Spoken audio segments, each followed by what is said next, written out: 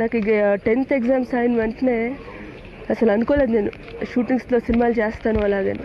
So suddenly one fine day my father woke me up and told that ఇలాగా షూటింగ్కి వెళ్తున్నావు అని. అది స్టార్ట్ క్రయింగ్ అనమాట, ఎందుకు నేను చేయను సినిమాలు అని.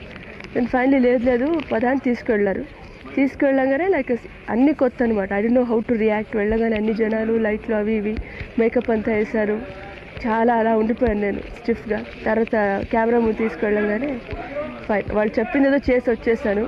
ఇప్పుడు తెలుసుకుంటే నాకు చాలా ఫన్నీగా అనిపిస్తూ ఉంది హోల్ థింగ్, వెరీ యాక్సిడెంట్.